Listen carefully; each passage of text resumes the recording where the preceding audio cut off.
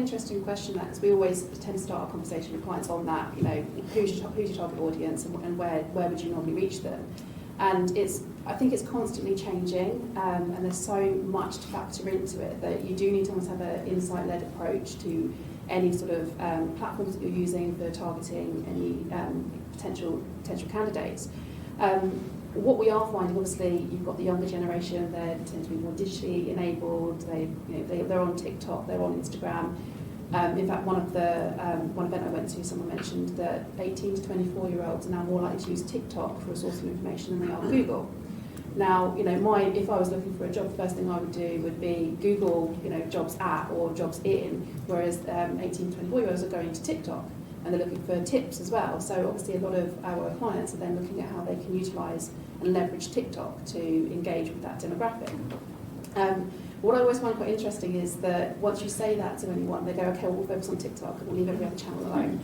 And it's so frustrating because that's just not the case. It doesn't work that way. And we always have the conversation around, you know, you've got to think about being on every platform, but utilising each platform in the right way and leveraging it in the right way. You know, as a millennial, I would normally go to a blog or a website, and I might go to LinkedIn if I was looking at anything to do with the job. So if a company is focusing on TikTok, I'm just going to not want to work for them because they've not reached me. But there's so much more that ties into it, I think, than age. And this is another interesting conversation I had with one particular brand who they wanted to improve the social mobility of the demographics that they were targeting.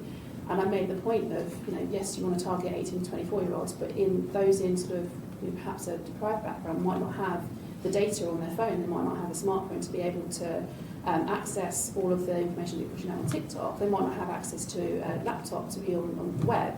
They're probably going to go to the local newspaper, which is free, gets put through their front door, and they might read that for information. They might look for jobs there. So, you know, there's a need for a real mix of the communications channels that you target. And I think that's only going to increasingly become important as people become more aware of the fact that it is a candidate-led market at the moment, and they can be more choosy and picky about where they go.